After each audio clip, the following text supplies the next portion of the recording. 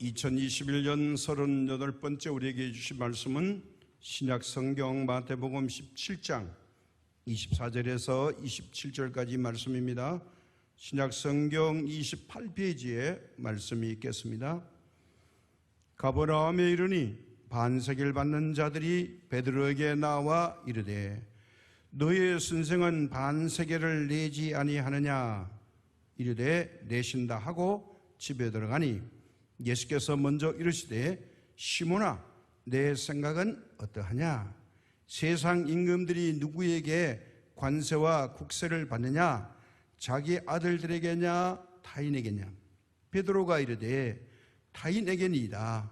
예수께서 이르시되 그렇다면 아들들은 세를 면하리라. 그러나 우리가 그들이 실족하지 않게 하기 위하여 내가 바다에 가서 낚시를 던져 먼저 오르는 고기를 가져 입을 열면 돈 한 세겔을 얻을 것이니 가져다가 나와 너를 위하여 주라 하시니라. 아멘. 오늘은 먼저 기도드린 후에 말씀을 전하겠습니다. 하나님, 이렇게 한가히 명절을 우리에게 허락하시고 오늘 주님 앞에 예배 드릴 수 있는 은혜 주심을 감사드립니다. 우리를 기다려 주시고 인도해 주시고 보호해 주시고 지켜 주셔서 오늘도 코로나 방역에 하나님이 앞장서 주셔서 몸된 교회에 어려움이 없도록 지켜주시는 은혜 감사드립니다. 이번 추석에도 하나님이 오가는 모든 길을 지켜주시고 함께해 주시고 보호하여 주옵소서. 특별히 오늘 본문 말씀의 현장에 우리가 함께하여서 주님이 2000년 전에 말씀하셨던 그 은혜가 오늘 모든 분들에게 동일하게 임하게 하여 주옵시고 이제 이 추석 명절에 악한 영들이 기승을 부릴 때에 우리의 영혼이 깨어서 하나님이여 이 악한 것들을 믿음으로 다 물리칠 수 있는 귀한 믿음의 사람들 되도록 도와주시옵소서. 이 배 가운데 주의 성령이 함께해 주실 것을 믿고 의지하오며 예수님의 이름으로 기도드립니다. 아멘. 일부 예배 때는 제가 넥타이를 매지 않고 이 자리에 섰습니다. 그 이유를 왜 그렇게 했냐? 사람은 좀 느슨한 게 좋다. 깔끔하고 정리정돈 잘 되고 똑똑하고 잘나고 잘생기면 문제가 많습니다. 저 사람은 바늘로 찔려도 피 한 방울 안 나겠다. 굉장히 좋을 것 같은데 그 사람 주변에는 사람이 없습니다. 왜요? 가까이 하기에는 너무나 먼 당신이기 때문에 그렇습니다. 가서 비교해보면 비교가 안 됩니다. 가까이 할수록 우리 자신이 기가 죽기 때문에 그렇습니다. 근데 털털한 분들, 좀 뭔가 틈이 있어 보이는 분들, 여유가 있는 분들은 가까이 할수록 좋습니다. 왜요? 대화가 되고 친숙해지니까요. 그래서 우리가 그럼에도 불구하고 어떻습니까? 내가 똑똑해지고 싶고 더 많이 배우고 싶고 더 많이 가지고 싶고 다른 사람보다 특출하게 되보려고 애를 많이 씁니다. 예수님은 어땠을까요? 예수님은 겸손하셨다고 그랬죠. 예수님은 참 틈이 많으셨어요. 그래서 환자들도 가난한 사람들도 사회에서 소외받는 모든 사람들이 예수님을 가까이 했어요. 왜? 가까이 하기에 필요한 주님이셨기 때문에. 다시 말해서 서민들에게 거부감이 없으셨다는 거예요. 그런 예수님, 우리 예수님을 믿으면 우리 인생의 이 땅의 모든 문제가 해결받을 줄로 믿습니다. 자, 그래서 오늘은 이 가버나움에 대해서 추석 명절을 맞이해서 생각을 해보겠습니다. 가버나움이라는 이 단어가 성경에 복음서에 많이 나오는데 한 10가지로 살펴보겠는데 참고로 들으시면 되겠습니다. 먼저 가버나움에는 세관이 있었습니다. 여기에 근무하는 알페오 아들 마태를 불렀죠. 마가복음 2장 14절입니다. 둘째, 이 도시가 번영해서 로마 군인이 주둔했습니다. 큰 도시라는 뜻이죠. 마가복음 8장 5절에서 8절까지. 그리고 세 번째는 예수님께서 나사렛에서 자라고 성장하시다가 공생애를 시작할 때에 가서 살으셨던 동네가 바로 이 가버나움입니다. 마태복음 4장 13절에 나사렛을 떠나 스불론과 납달리 지경 해변에 있는 가버나움에 가서 사신이 분명히 밝혀줍니다. 마태복음 4장에서요. 네 번째는 베드로와 안드레 형제가 예수님의 제자로 부름받기 전에 살았던 동네입니다. 마태복음 8장 14절에 기록되어 있는데요. 다섯 번째는 중풍병 걸린 백부장의 하인을 고쳐준 곳이 바로 가버나움이었습니다. 여기는 마태복음 8장 5절에서 10절, 13절까지 말씀이 있고요.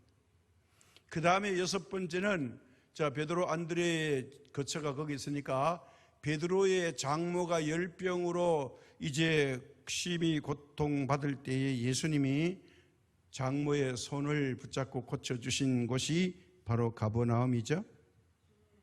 마태복음 8장 14절에서 17절에 기록되어 있습니다. 일곱 번째는 더러운 귀신 들린 사람을 고쳐줬는데 마가복음 1장 21절에서 28절까지 자세히 기록되어 있습니다.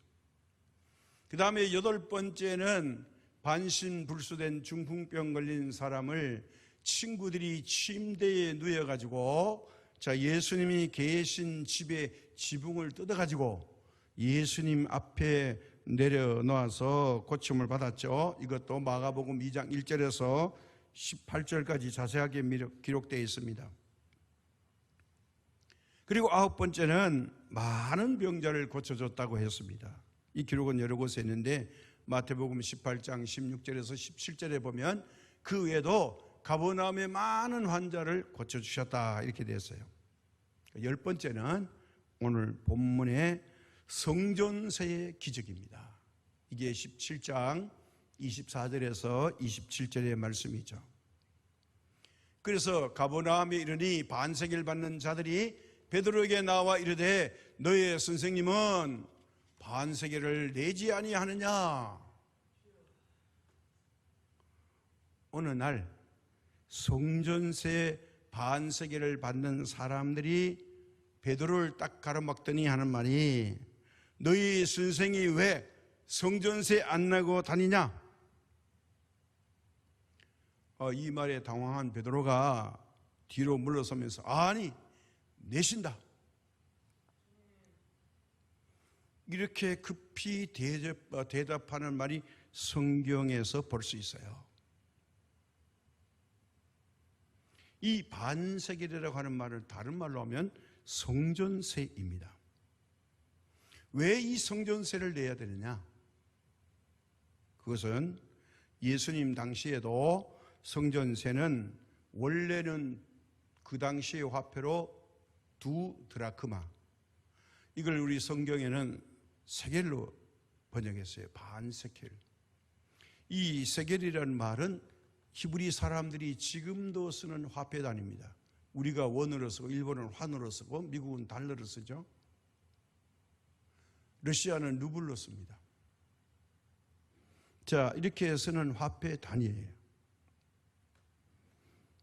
근데 이 성전세는요 20세 이상의 이스라엘 남자는 누구나 의무적으로 다 내야 합니다. 성전을 출입하려면. 출입기 30장 13절과 14절에 보면 이렇게 기록되어 있어요. 무릇 계수정에 드는 자마다 성서의 세겔로 반세겔을 낼지니 한 세겔은 20게라라. 그 반세계를 여호와께 드릴지며 14절입니다. 계수 중에 드는 모든 자 곧 20살 이상 된 자가 여호와께 드리되 이렇게 됐어요. 20살 이상 모든 남자는 1년에 한 번씩 반세겔의 성전세를 의무적으로 내야 된다는 거예요. 그러면 이 성전세를 어떻게 내느냐? 원래 예루살렘 성전에서 내야 되는데 예루살렘 성전에 내올 수가 없으니 성전을 대신하는 각 지역마다 지방마다 뭘 세우느냐? 히브리 말로 시나고그, 우리말로 회당, 오늘의 교회와 같습니다. 이 교회의 원조가 회당입니다. 자, 여기에다 자기 사는 지역에 이 성전세를 내는 겁니다. 예루살렘 성전에 안 가도 돼요. 이것은 오늘 우리말로 세제를 이야기하면 우리가 지금 뭘 냅니까? 주민세 내죠. 자, 주민세는 부자라고 더 내고 가난하다고 적게 내는 게 아닙니다. 주민세는 모든 사람이 똑같이 냅니다. 이게 주민세의 성격에 가깝다는 거예요. 자, 그래서 오늘 말씀에 보니까 가버나움에 예수님이 사시니까 가버나움 회당에 성전세를 거두는 사람들이 베드로에게 성전세 안 냈다 이렇게 말했다는 거예요. 오늘 예수님께서 27절에 이 성전세의 돈을 마련하신 방법은 당시에 이스라엘에 널리 퍼져 있던 동화 모티브와 같은 뜻이 일치합니다. 좀 특이하죠? 자, 그저 반세겔 하면 성전에 들어가는 사람들이 들어갈 때 입장료를 반드시 내야 예루살렘 성전에 들어갔던 것처럼 반세겔, 이 성전세를 이 같은 뜻으로 통하고 있었어요. 그러니까 이제까지 예수님이 이 말을 하기 전까지 예수님의 제자들, 예수님 13분이 성전세를 한 푼도 안 내고 출입했다는 거예요. 그래서 이 안 낸 걸 베드로도 뻔히 알아요. 그래서 왜 성전세 안 내냐? 그러니까 베드로가 당황해서 아니, 우리 선생님 내신다고. 그러면서 억지를 부리는 장면이 나옵니다. 아, 죄송해요. 우리 지금 형편이 안 좋아서 곧 낼게요. 아니면 말씀드려서 내도록 할게요. 그리고 우리 공동체의 재정은 유다가 하니까 내가 유다한테 부탁해서 내도록 할게요. 이렇게 할 수 있는데 베드로가 뭐라고 말하니까 낸다는 거예요. 그렇게 대답하고 집에 들어갔는데 들어가자마자 신발도 벗지 않았는데 예수님이 베드로를 부르시더니 이런 질문을 합니다. 베드로야, 너의 생각은 어떠하냐? 자, 세상 임금들이 관세와 정세를 받을 때 세금을 거둘 때에 자기 아들들한테 세금을 거두냐, 일반 백성들에게 세금을 받느냐? 아, 이거 너무 쉬운 문제를 냈어요. 베드로가 대답하는 거예요. 아, 예수님, 그거야 아들들한테 안 받고 백성들한테 세금을 받죠. 어떻게 임금이 자기 아들들한테 통치자금을 받아요? 너무 쉽죠? 이 말을 들으신 예수님이 이렇게 말합니다. 아, 그래? 그럼 베드로야, 아들들에게는 이 세금을 면하는 것이 당연하구만. 그게 정답이지? 예. 이 말의 뜻은 단순합니다. 왕정국가에서는요, 지위가 높은 사람이 바로 아들들에게 세를 받아가지고 백성들을 섬기는 게 아니라 세금을 일반 백성들에게 걷어가지고 통치자금으로 쓴다는 거예요. 그러면 아들들은 세금을 안 내도 되느냐? 현대 우리나라와 같이 민주주의 나라에서는요, 대통령 아들이, 최고 높은 자리에 있는 아들이 사업을 해서 돈을 벌었다, 수입이 생겼다, 그러면 세금을 내야 될까요? 안 내도 될까요? 아버지가 대통령인데.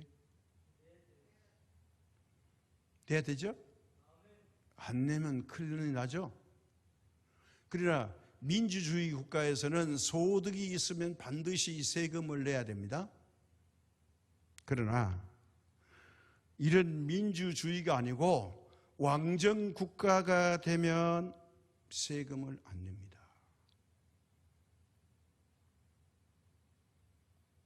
이게 달라요.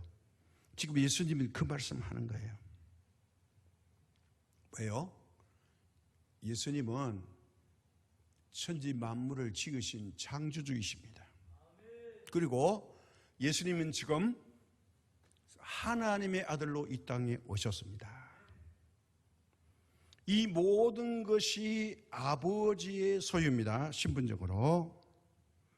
그리고 우리의 모든 숨소리와 생명을 하나님이 주시고 우리가 가진 모든 것이 근본적으로는 하나님의 것인데, 천지와 우주 만물과 저 높은 산에 있는 산 짐승과 새들과 풀과 나무, 선천, 초목은 땅과 바다와 물고기도 다 하나님의 것인데, 공짜로 다 줬는데 세금을 내는 게 맞아요? 안 맞아요? 하나님이 세금 내는 게 맞아요? 안 맞아요? 하나님의 아들 예수님이 세금을 내야 돼요? 안 내야 돼요? 안 내야 되죠.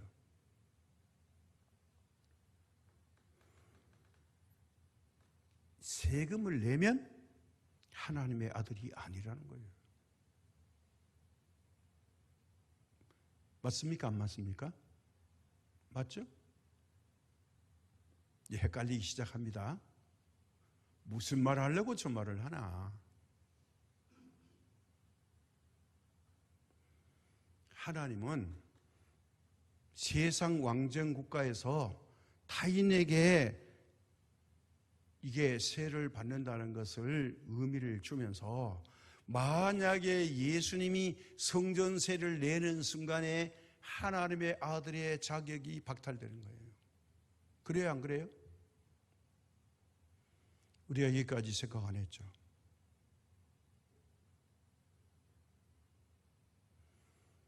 하나님의 아들이 세금을 낸다? 그러면 하나님은 나의 아버지가 아니다, 계약 파기가 된다는 거예요.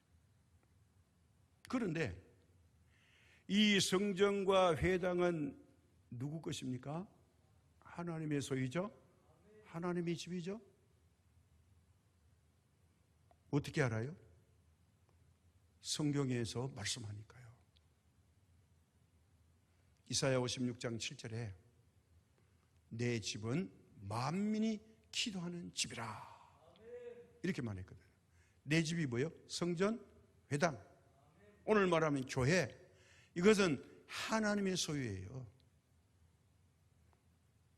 그래서 교회는 예수님의 몸이다 그랬습니다. 우리도 그렇게 이해하고 있어요. 그래서 아니, 하나님이 하나님의 집에 오시는데 세금을 내고 다녀요? 이거는 하나님과 우리 관계가 타인이 되어버리는 거죠. 영적으로 그렇다는 거예요. 그래서 오늘 교회 내에서 대해서 나라마다 함부로 교회를 세금을 받지 못하는 것이 바로 이런 데서 기초하고 있습니다. 기독교 국가는, 교회는 세금을 면제해 주죠.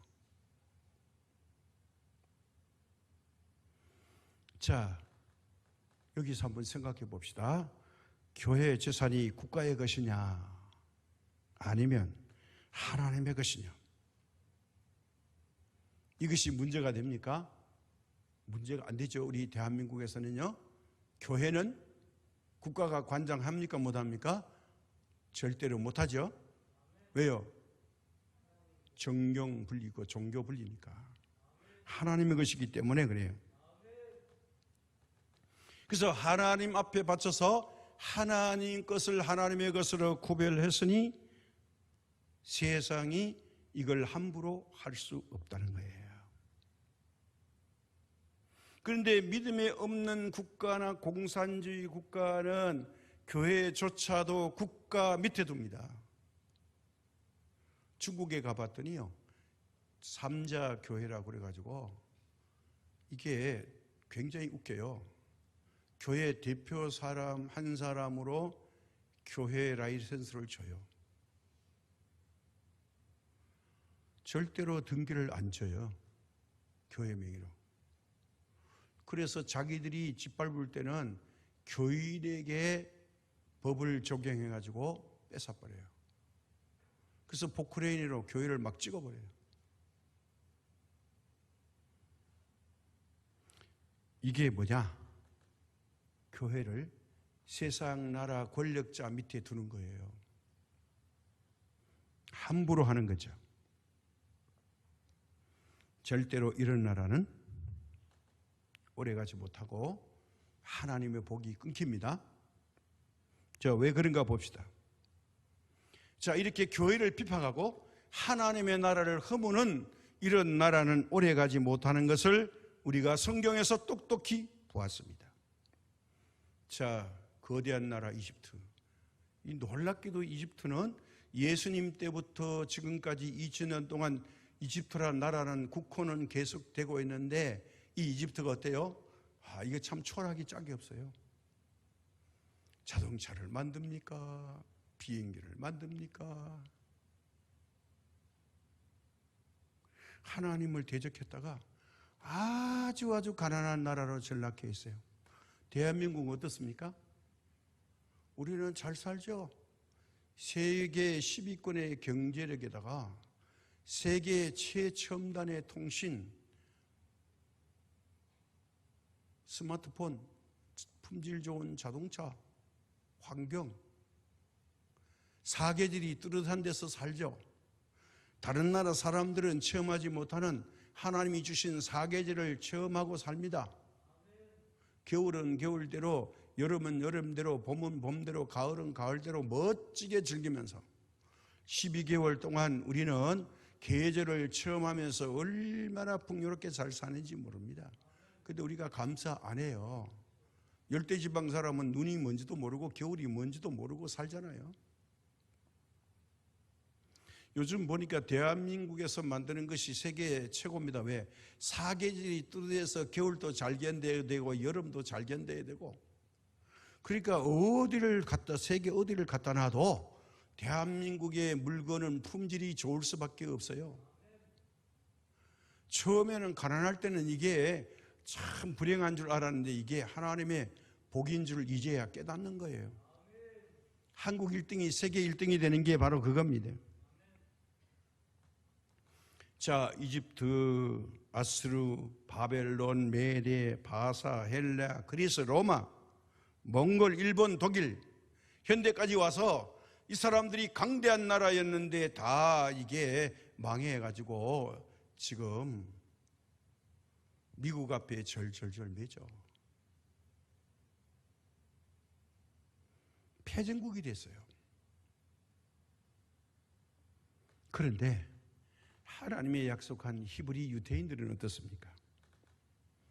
이 사람들은 나라가 사라져도 얼마 후에 하나님의 방법으로 나라를 또 독립시켜 주십니다.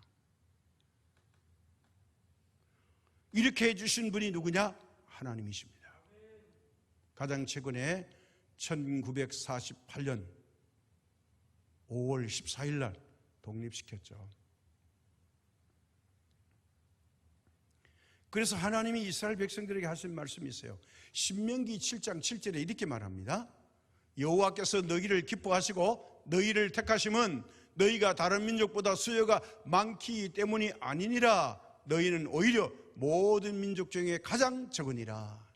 자, 2021년 금년의 기준으로 이스라엘 인구는요 934만 3,140명, 1000명이 못 돼요.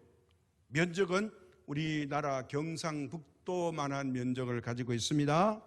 여기에 순수 유대인 혈통은 74%, 기독교와 이 무신교 그리고 종교 없는 사람들, 이 사람들은 4.8%밖에 안 돼요. 오늘의 이스라엘이 그래요. 이게 참 미스터리죠. 왜요? 2000년 전에 예수님이 와서 복음 전하고 기적 베풀고 귀신 쫓아주고 다 고쳐주고 얼마나 혜택을 줬는데도 불구하고 무신론자들까지 다 합쳐서 기독교인이 5%도 안 된다는 거예요. 그러면 1000만 명 잡으면 뭐예요?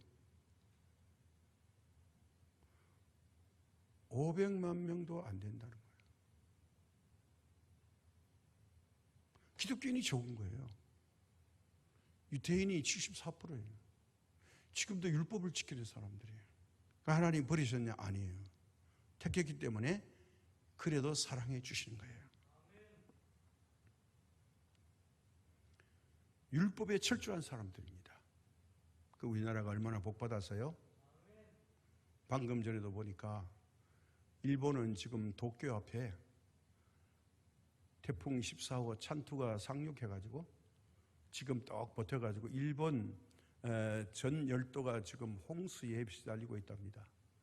상해에 3일 동안 머물던 이 태풍 14호가 우리나라로 올라오는 게 정상인데 하나님이 대고기압을 북쪽에서 내려보내가지고 올라오지 마. 3일 동안 상해 외서쪽으로 머물다가 필리핀에서 올라온 것이 갑자기 막아서 제주도 서귀포 근처로 해가지고 일본 열도로 가게 해가지고 지금 3일째 일본 열도를 초토화시키고 있대요. 서서히. 그런데 지금은 1시간 전에 도쿄 앞바다까지 와가지고 거기서 한 3일 더 있을 거래요. 그리고 사라진대요. 보통 같으면 지나가야 되는데 안 지나간대요. 왜 그럴까요? 태풍의 진로를 누가 결정해요? 하나님이 하신다는 거예요. 임의로 부는 것 같은데 아니라는 거예요. 하나님이 결정하신다는 거예요. 원래 우리나라에 태풍이 한 번도 안 왔어요. 야, 이거 정말 은혜예요. 얘들아, 코로나로 힘든데 내가 태풍은 지켜줄게. 그래, 너희들이 예배 잘 드리잖아. 새벽기도 열심히 하잖아. 하나님이 긍휼히 여기시는 것 같아요.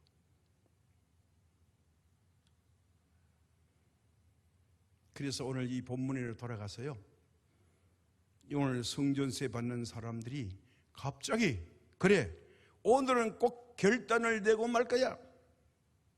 그래서 베드로를 딱 막아선 거예요. 너희 선생님이 왜 성전세 안 내고 다니냐? 그랬더니 베드로가 화들짝 놀라가지고 물러서면서 내신다고요? 그래버리는 거예요. 그런데 이렇게 짧게 이해하고 베드로가 예수님이 계신 집으로 들어갔는데 신발도 벗기 전에 예수님이 뭐라고 말씀해요? 베드로야, 내가 하나 물어보자. 네, 예수님. 세상 임금이 말이야, 전세와 광세의 세금을 아들들한테 걷어들이냐 백성들한테 걷어들이냐, 이 타인이란 말이 백성이거든요. 베드로가 들으니까 아이고 예수님, 오늘은 또 특이한 질문을 하시네. 야, 그거는 내가 무식해도 베드로가 고기밖에 안 잡았다고 해서 그 정도는 알죠. 그 당연히 백성들한테 받지 어떻게 아들들한테 세를 받아요? 예수님이 이 말을 들었죠. 그래? 그러면 하나님의 아들이 세금 안 내는 거 맞지? 너 지금 신발 벗지 말고 너 낚시질 잘하잖아. 낚시 가져가서 저 호수에 가서 낚시해. 그러면 고기 한 마리가 물 거야. 그러면 그 문 고기의 입을 열면 한 세겔 나온다. 그거 성전세 받는 사람들에게 주고 와라.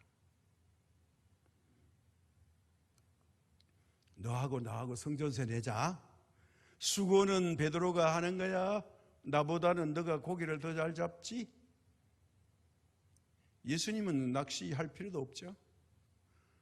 야, 저 같으면 어떻게 했을까요? 그 한 세겔 물은 고기 이놈, 너 팔짝 뛰어서 내 앞에 떨어져. 일로 나와. 그러면 나올까요? 안 나올까요? 더 쉽죠? 그렇죠? 예수님 앞에 파닥하고 나오면 고기 입을 열어가지고 그래 수고해서 너 가서 살아. 그리고 던져버리고 한 세겔로 베드로 보면서 야 베드로야 성전서 여기다 갖다 내고 오너라. 어느 게 더 쉬울까요? 그게 더 쉽겠죠. 근데 그렇게 안 하시고 누구 보고 시켜요? 베드로를 시키는 거예요. 그런데 예수님께서 무엇 때문에 성전세를 내라고 했을까요? 이유는 한 겁니다.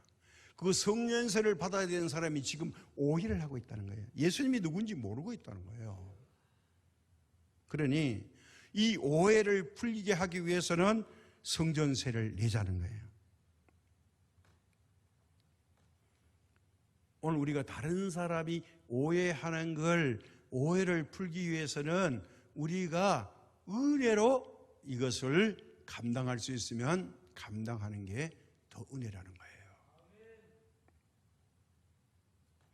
자, 여기서 우리가 이렇게 생각합니다. 우리 이성적으로 생각하면 아니 이 세상에 예수님이 얼마나 가난했으면 이거 반세겔 10개라도 못 내나. 그렇게 주머니에 예수님 주머니는 땡전 한 푼도 없으시냐? 그렇게 생각하기 쉽죠.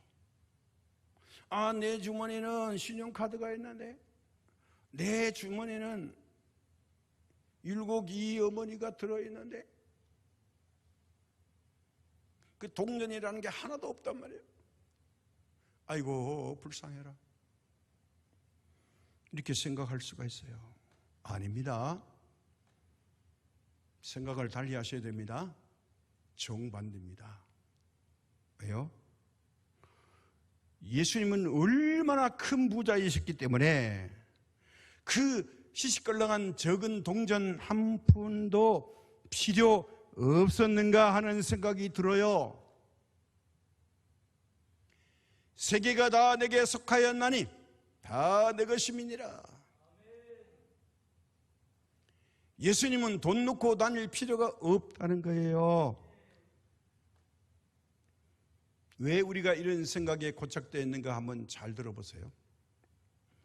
마음이 가난한 사람입니다.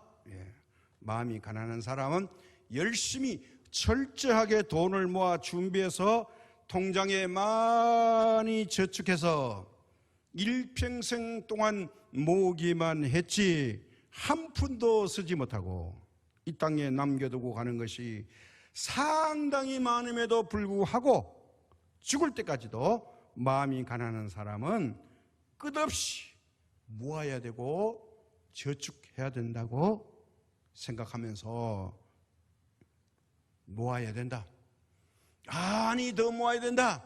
더 끌어 모아야 된다. 건강할 때 다 해야 되는 거야. 늙으면 안 되는 거야. 이렇게 생각합니다. 등기가 많이 있어야 되고 부동산이 많아야 되고 건물이 많아야 되고 이 정도면 감사합니다가 아니라 더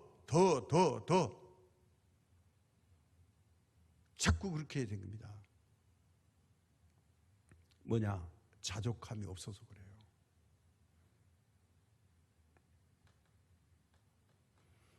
오늘 이게 물질의 유혹이 우리를 자꾸 끌고 가는 거예요. 제가 잘 아는 소망교회 어떤 재벌 장로님이 강남에 빌딩이 어마어마하게 큰 빌딩이 7개 있어요. 빌딩마다 통장이 있어요. 몇 억씩 쌓이는 거예요. 도저히 쓸 수가 없어요. 근데 해볼 것 다 해보고 가질 것 다 해보니까 재미가 없대요. 세상 어디도 갈 데도 없대요. 다 가봐서. 무슨 재미로 사냐? 세 들어오는 통장 들어보고 그걸로 만족한대요. 한 달만 되면 통장에 세가 수두룩하게 쌓이는 거예요.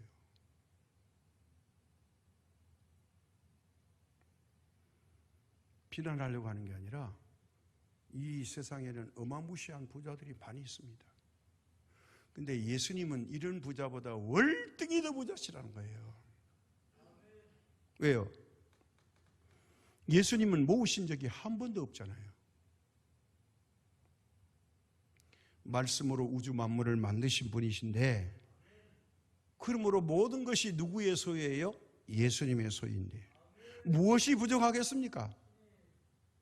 말씀만 하시면 동전을 만들지도 못하는 호수의 물고기가 세계를 금방 만들어 놓을 정도라면 무슨 걱정이 있어요?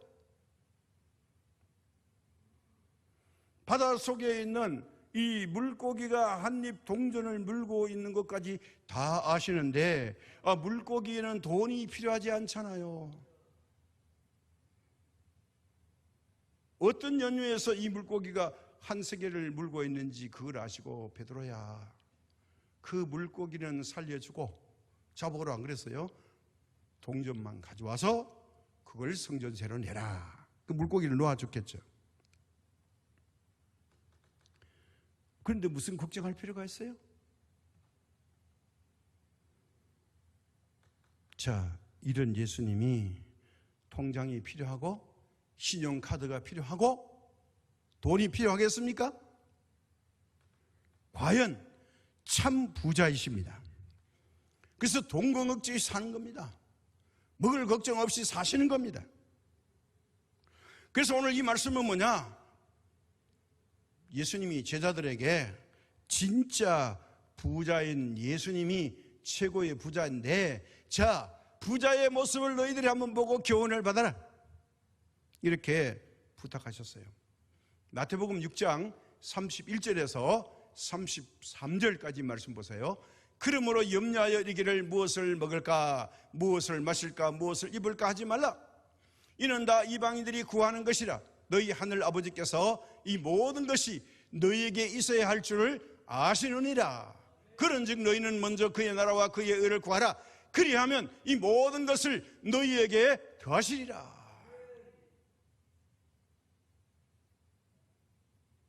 쌓고 저축하는 게 아니라 하나님의 나라를 먼저 구하라는 거예요.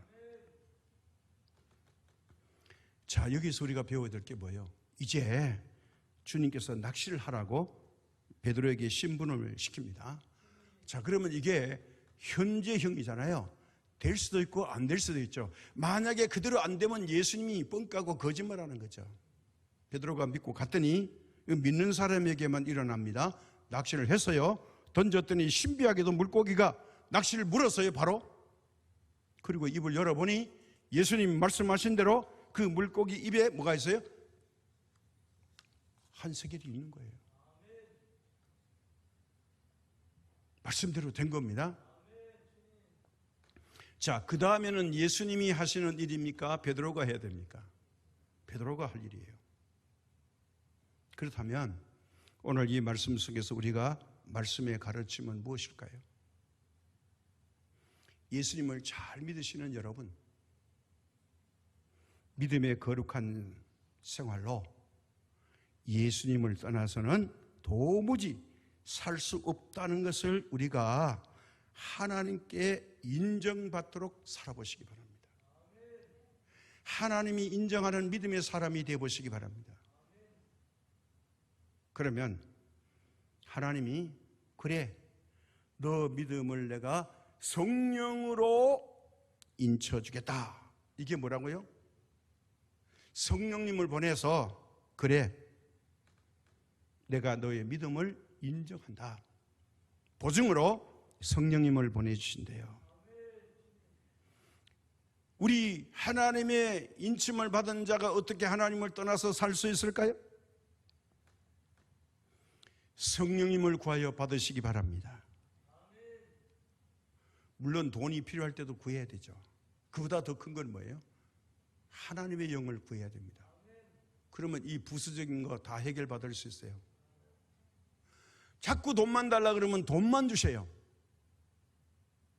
요거 하나만 해결받지 말고 모든 걸 관장하시는 하나님의 보증수표 거룩한 영 성령님을 구해서 이 성령님이 오시면 지혜를 주신다고 그랬거든요. 깨닫게 하신다고 그랬거든요. 마음의 기쁨이 온다고 하셨어요.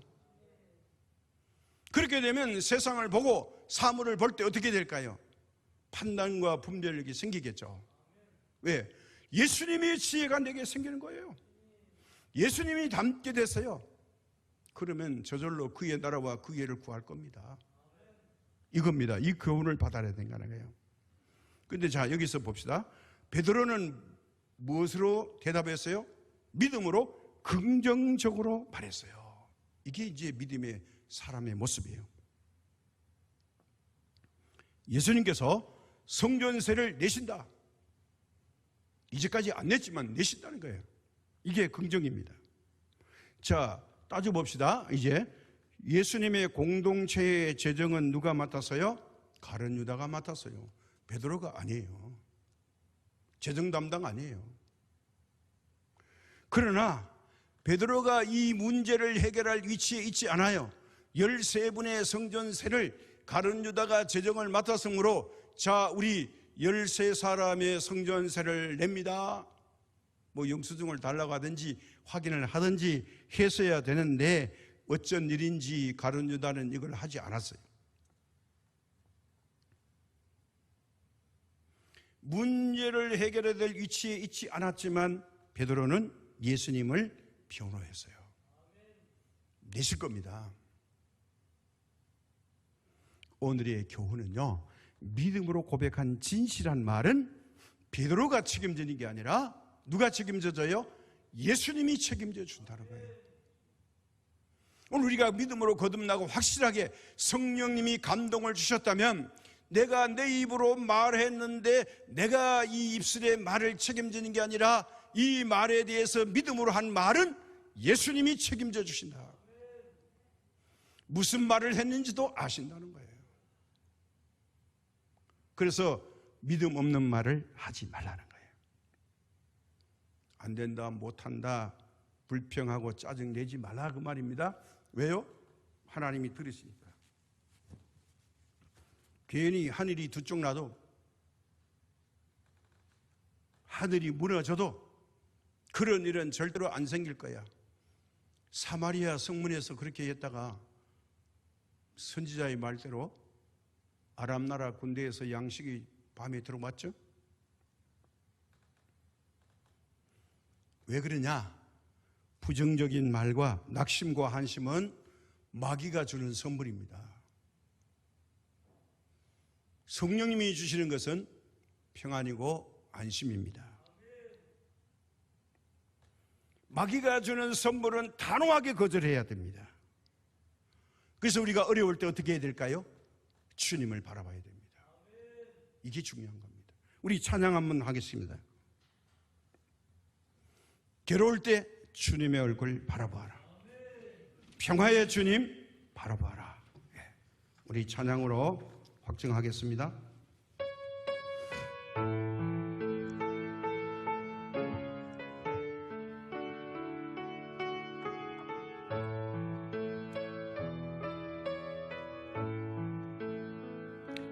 괴로울 때 주님의 얼굴 보러 평화의 주님 바라보아라.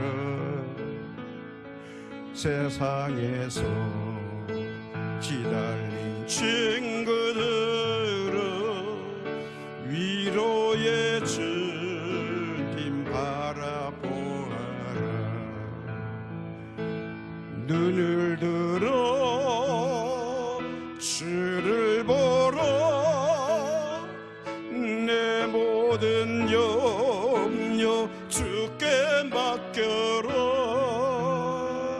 슬플 때에 주님의 얼굴 보러 사랑의 주님 안식 주리라. 힘이 없고